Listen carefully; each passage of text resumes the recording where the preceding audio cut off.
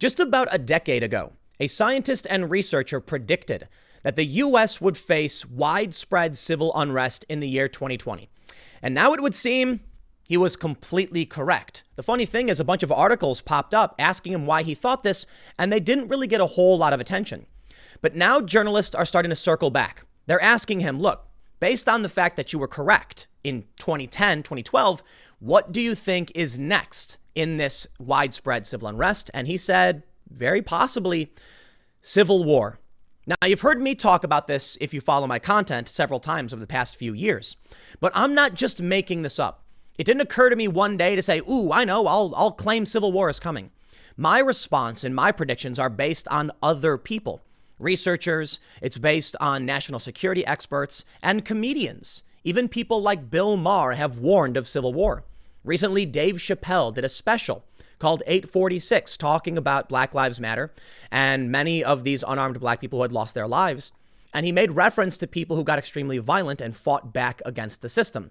Not necessarily a call to civil war, but certainly high-profile individuals across this country and in many other countries have entertained the real possibility of a civil war in the United States. Now, I'm going to stop for the people who don't normally watch my content, who are probably saying, this is ridiculous. There won't be a civil war, can't happen. Because I've had that conversation many, many times. And I will tell you this, perhaps you're right. You know, we can't see the future. Maybe this guy is wrong, this researcher and scientist. Maybe he's just the one guy out of all the predictions made who just got lucky. And now we're acting like he's more important than he is.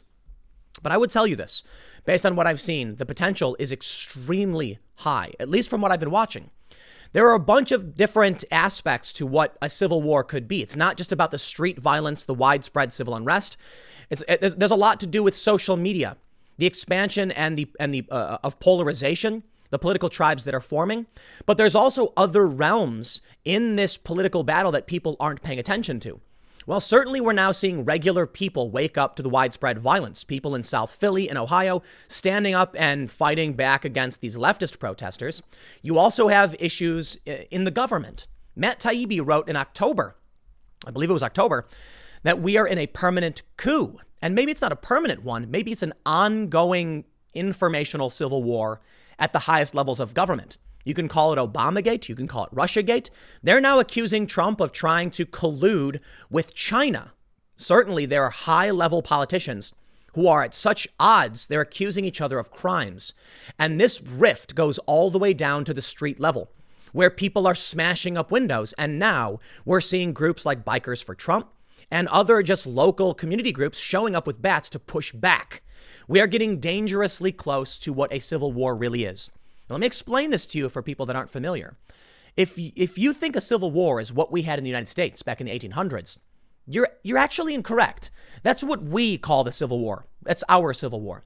But in many different countries, civil war looks more like random bouts of violence across the country until certain groups start seizing territory, and then emerges the ideological factions. Take a look at what's going on with the CHAZ. While not necessarily the worst thing in the world for now, you are seeing armed groups take territory and claim it's theirs.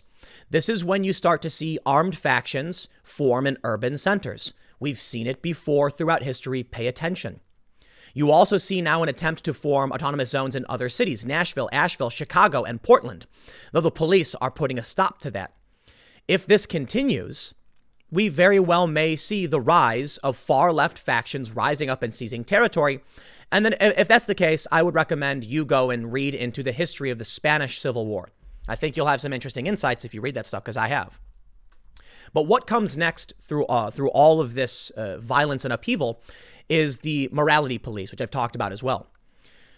There was one thing, if there was one thing that really said to me, I believe civil war is extremely likely, it would be the district attorney in Atlanta announcing charges against Officer Garrett Rolfe in the Rayshard Brooks shooting. Because when you actually watch the footage, if you're paying attention, you would see this was a tragedy, but far from felony murder. But it appears the DA is lying, at least as far as I can tell. And maybe he's not, but I think he is. And this is where things get scary. The DA is asserting that this officer killed a man in cold blood who was not aggressive at all, and then kicked him when he was down. I find that shocking and absolutely hard to believe. But I know many people of the other ideological persuasion would absolutely believe it. If you have two conflicting news stories, which one do you deem to be true? I honestly don't know. And it's this simple. The people on the right who would typically defend the police are already saying this is ridiculous. He can't be charged with felony murder. And I happen to fall in agreement with that, though I'm not a conservative. The left absolutely will begin propping up this story saying, see, look at this. And high profile celebrities have already called this justice that he's being charged. If the worldviews have shattered to this degree, and we are seeing armed leftist factions take territory in cities, call it silly, but they are trying their hardest, and they are guarding these groups. They're guarding these areas with guns and doing ID checks and things like that. It stands to reason, at the very least, this train is headed in that direction. I don't know what it will look like, and I don't know what the likelihood is, but I am telling you, we are closer than we have ever been. We just had in Atlanta a blue flu, cops calling out. We're going to see how close we get to this.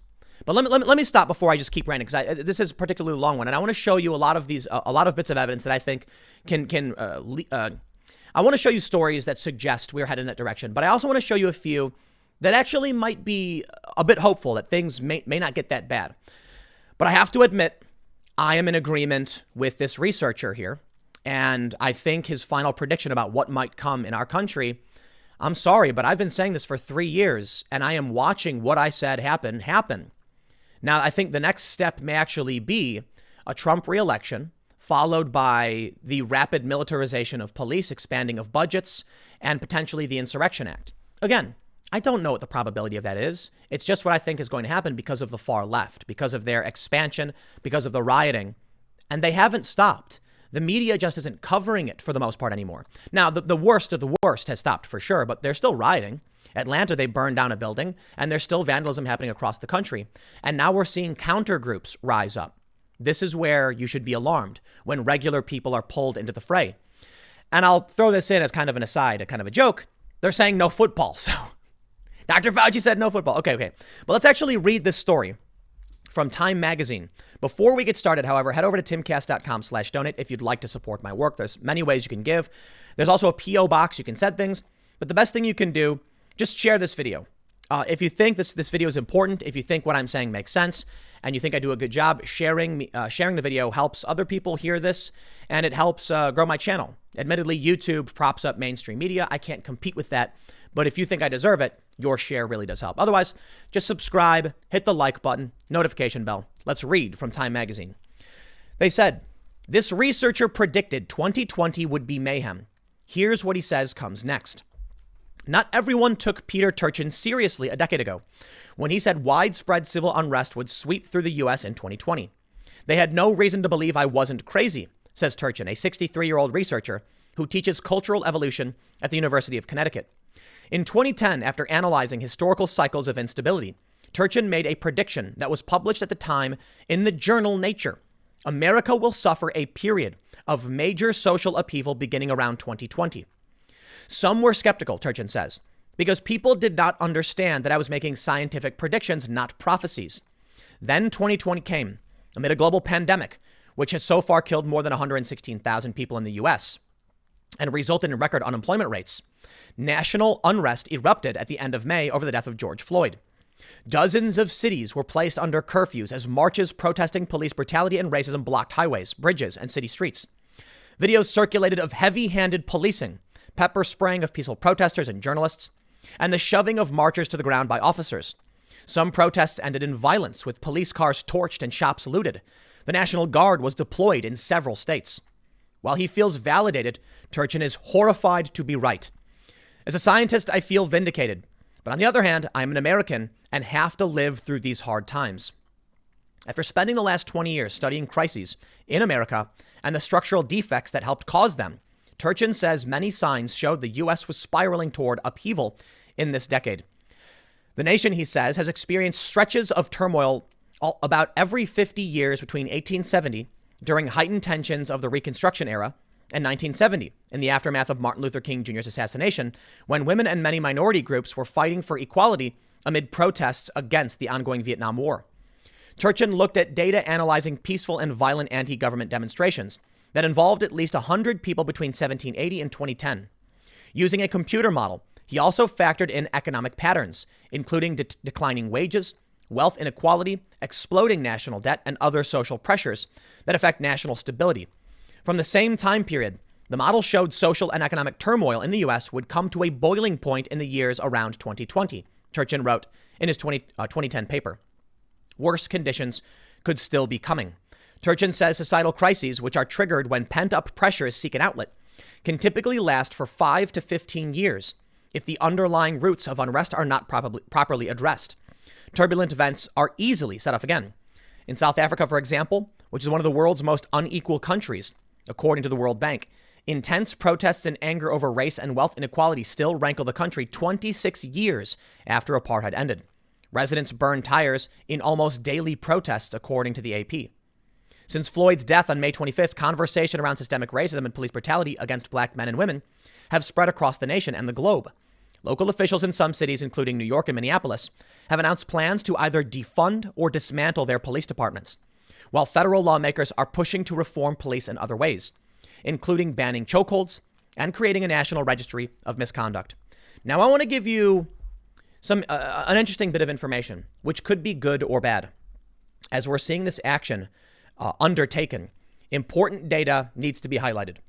Roughly 8 in 10 voters, 81 to 14%, say they oppose eliminating the current police department in their community and replacing it with a new one.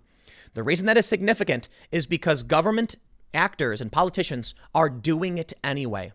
Most people like their police departments. So why would these governments make these dramatic changes?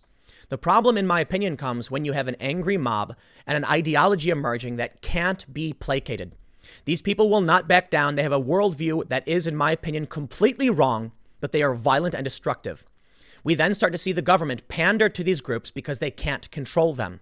And there's too many of them to just simply start arresting people. And they do have constitutional rights to have their views and to speak their minds. But the ideas are spreading and these people are violent. So what happens? The police start bending over and bending the knee for these mob groups. That's what we saw in Atlanta when they charged this cop with felony murder. The cop in Georgia now faces the death penalty potentially. And that is insane based on the video footage if you watched it. We are getting to a point where regular people will push back. And what happens? The government buckles.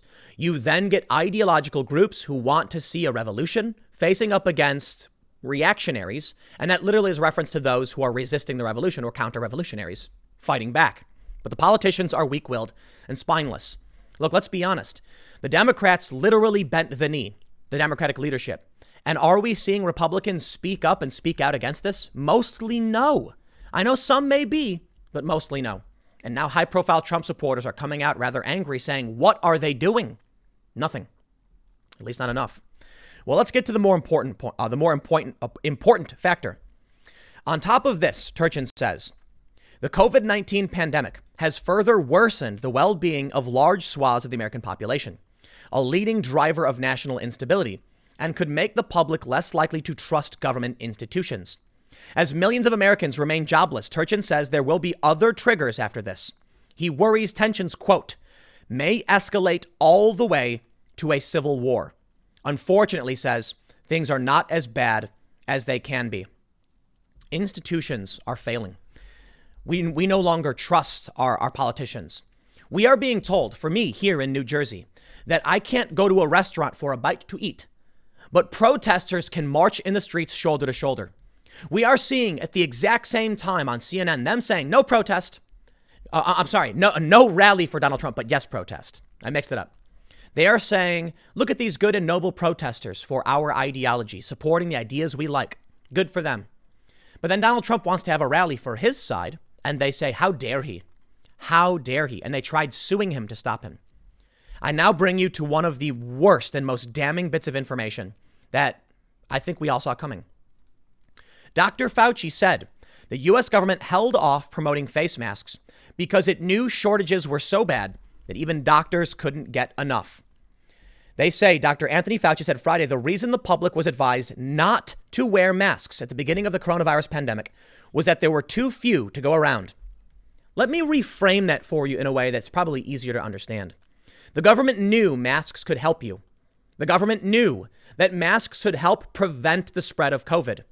And the government, Fauci particularly, lied to you because they wanted to make sure that they got their masks first. It's right here. Business Insider. Fauci said it. In an interview with the financial news site The Street, Fauci, the U.S. government's foremost infectious disease expert, was asked about the changing government advice on wearing masks. Many people were confused. Why are we getting conflicting information on this?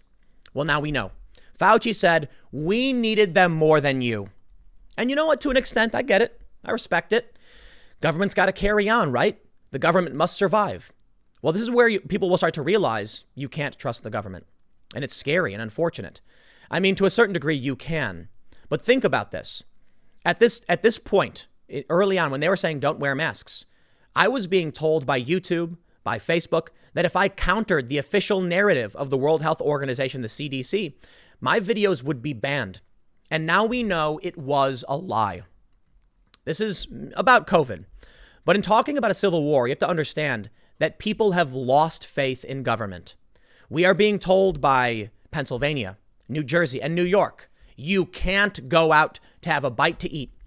Andrew Cuomo saying that don't make me come down there because people in Manhattan were having a drink with their buddies. And what did he say about the tens of thousands of people protesting for Black Lives Matter? Nothing. I'll tell you what, though, Bill de Blasio sent a crew down to weld shut the gates of a playground in a Jewish community. Trust is eroding. And what do we get? Man, I tell you what we get. Police officers across the country have quit their jobs. Atlanta officer charged with murder in Rayshard Brooks shooting, doing his job. How about this one? Donald Trump now supporting the officer in the Rayshard Brooks shooting. These are all just little bits of grains of sand to make up the heap. The analogy you know I love to use. Trump has taken his side, right? Rayshard Brooks was kicked, stepped on by officers as he was on the ground, according to the DA. Completely at odds with what you've got two narratives emerging. Hundreds of armed counter-protesters confront Black Lives Matter rally in Ohio. Armed rooftop gunmen spotted and arrested. These things are just popping up across the board. And we can't trust our institutions, so people don't know what to believe, and they show up and they resist. They fight back. Take a look at this tweet from Yashar Ali, a well-respected journalist who writes for New York Magazine and Huffington Post. In a tweet from CBS News, they say, deputies kill half-brother of black man found hanged in park. There have been a series of stories about black men being found hanged. And of course, the left believes it's white supremacists or something. And then CBS runs this story saying the deputies kill the half-brother of the man found hanged.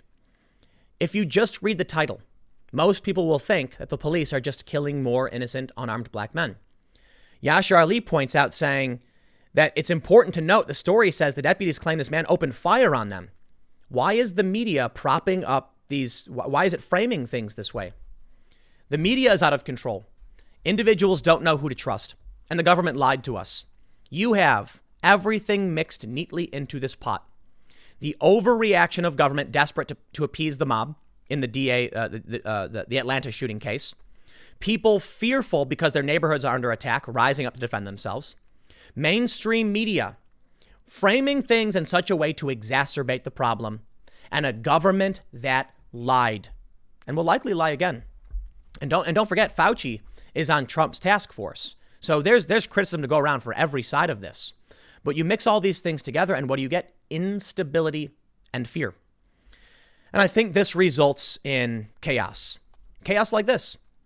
Autonomous zone established outside Portland mayor's apartment, just like the CHAZ. More and more of this is starting to happen. Now, of course, to be fair, the police quickly crushed this, but they keep trying. And it's only a matter of time before we start to see what we saw in, say, the Spanish Civil War. We start to see leftist groups take urban centers, gain control of them.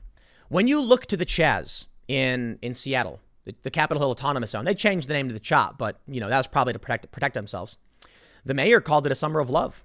The governor told Trump to mind his own business. If these groups start forming, I'll give a shout out to Steven Crowder. He put out a video today and he asked this question. If armed leftist groups can seize territory in your town, would it be unreasonable then to see right-wing groups armed taking it back? That's where things get really scary. And that's when we talk about civil war. There's a reason why I highlighted the things I did, why I pointed out to the DA in Atlanta, because I want you to consider this. They have already said in New York, And I know I've mentioned it many times for those that are consistent watchers of my content, but I have to give the context for those that are new viewers. In New York, if you protest for Black Lives Matter, no charges. They said this. You can't go to church, though. You can't sing.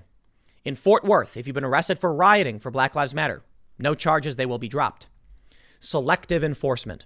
If you're a cop doing your job and a convicted felon on probation who you caught drunk driving, resists, attacks you, takes you and your partner down, steals your taser, fires it at you, and you defend yourself, felony murder, you could get the death penalty.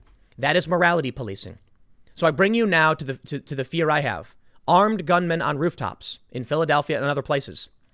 Armed leftists taking territory in cities. In Portland, Nashville, and Asheville, and Chicago, and probably others, trying to take more areas and cities. Now, I know it may be silly. It's small, but they're armed. And they're setting up checkpoints, and they're checking IDs. And there's reports they're trying to shake people down. We've seen them dragging a preacher through the streets. What happens? When a right-wing group comes with guns and says, move, this is America, and you can't take our streets. And they fight each other. Add that together with the morality policing, and what do you get? The right-wing groups are consistently smeared, insulted, derided. And when they actually stand up and try and fight back, the media will do the same thing. Then you will see a complete breakdown. That's when everything falls apart. No one trusts the media. The right will be vilified, and people will get angry about it. And they'll probably stand up. Now, I don't know for sure. It's possible because of what we've seen in Philadelphia, where not super political people defended their statues from being torn down by the left. We'll see more of this, and it may not result in any kind of real civil conflict. I'm not confident, though. You know why? In the past couple of weeks, as I've mentioned before as well, we've seen a massive activation of people into the political space on the left and the right. I'm hearing it from many conservative and moderate channels, independent channels, that their viewership is through the roof. And I'm also seeing many of my left-wing liberal friends posting insane things on social media, people who are never political. And that means when it comes down to someone showing up to take back the CHAZ, to stop the occupation in Portland or Chicago or Nashville or Asheville or anywhere else, that a fight breaks out and people have already chosen their ideological tribes. They don't trust the government. The left doesn't like Trump. And now the conservatives don't trust the police because they're enforcing unconstitutional lockdown orders. Democratic governors are giving us a double standard. Protests good, Trump rally bad, restaurant bad, but protest good. No one knows what to believe anymore. And that's it. What happens if this officer in Atlanta, who is just doing his job, is put on death row? Do you think Americans or cops or anybody will stand for it? I think a lot of them won't. But let's move beyond this because it's likely the charges won't stick. What happens if a right-wing individual steps up and says, you will not take my streets, and a firefight ensues and they win? And then this person gets put on death row. What happens then when our government is morality policing and telling you as a Christian, as a practitioner of Judaism or Islam, that your rights are second to Black Lives Matter? What happens when our governors tell us on the 4th of July, you may not celebrate your nation, yet we watch people in Portland tear down a statue of Thomas Jefferson? I think people aren't going to stand for that. But come on, man. We're what, 2-3 weeks away from the 4th of July, the celebration of the birth of a nation, our nation, an independent nation. And they're telling us the lockdown orders extend well beyond this, and you can't go out in these groups. Donald Trump can't have his rally. I'm worried that they'll actually try and stop 4th of July celebrations and what that means. And this could be a really, really, a spark, a very special day to America. They're tearing down Thomas Jefferson. In Berkeley, they are renaming schools, Washington and Jefferson, to something else. Americans, patriots who love this country, are quite literally watching it be erased before their eyes. And now with the morality policing I've mentioned, I agree with this researcher, this individual, this man, this scientist. Let me actually, Peter Turchin, his name, that it may lead to civil war. The COVID thing broke our economy and it shocked people. The riots activated people. And now we're getting the truth. The government lied to us about COVID. At least that's what Fauci is saying. Don't take my word for it. I'm just reading the news. I know the left loves to claim that because I read the news, it must be a conspiracy theory. I don't know. Fauci said it, not me. Business Insider reported it. Don't look at me. I'm just telling you what they said. At the very least, people won't trust the government. And now with the mayor of Seattle and the governor supporting the far left occupation at gunpoint, essentially, I have to wonder what regular Americans are going to think as they watch their statues of their heroes be torn down. And what happens on the 4th of July? Maybe a civil war. Maybe the civil war won't happen till way later in Trump's term. I have no idea. All I know is this guy said it. And you know what? This guy was right 10 years ago. Here's what's funny about all this. 3 years ago, when I said I fear that there could be a civil war, because I was reading a story from, I think, the New York Magazine that said this, not my opinion. My opinion after reading it, to be fair. We didn't know that unrest was coming in 2020. This guy did. And after all of these people were saying, these experts in these interviews, civil war is possible in America. Last year when Bill Maher said civil war was possible. And last year when Matt Taibbi wrote about living through a coup. They're insane. They're random. And that we are in this period of counting heads, a permanent coup. Americans might soon wish they just waited to vote their way out of the Trump era. Matt Taibbi didn't know there would be widespread civil unrest in 2020. And this researcher did. I'm sorry, man. You may think it's absurd. You may think it could never happen here, but you would be wrong. It may be the probability is still low and everything's being sensationalized. It's entirely possible that to a hammer, everything looks like a nail. Perhaps because I've expected this, I am now looking for evidence to back this up.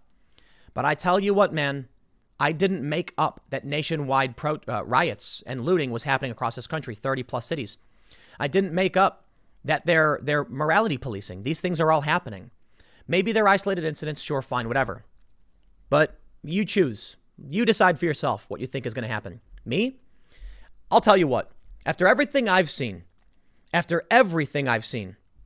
gun sales, you know that across the board, guns have been picked clean from all of these stores. You know, body armor has been picked clean from many, many stores. After all of these things, with all of these experts warning, with comedians, Bill Maher, Dave Chappelle, and now you have the scientist himself who predicted the unrest saying it may be a full-on civil war. Say what you want to say, man. Think what you want to think. I can't tell you what to believe, but I can tell you that it was only a week or so ago, or a couple weeks ago, that a bunch of far leftists showed up to Cassandra Fairbanks' house with fireworks and guns, banging on her windows. Maybe it's all hyperbolic. Maybe it's all exaggerated. To a hammer, everything looks like a nail. All right, I'll tell you what. You do whatever you want. But I'll remind you that right now, people are buying guns in record numbers, including liberals, people who used to be for gun control. They're buying body armor in massive numbers. So I can only assume what people are planning for. And in the end, maybe it's all just a self-fulfilling prophecy. But I guess we can only wait and see.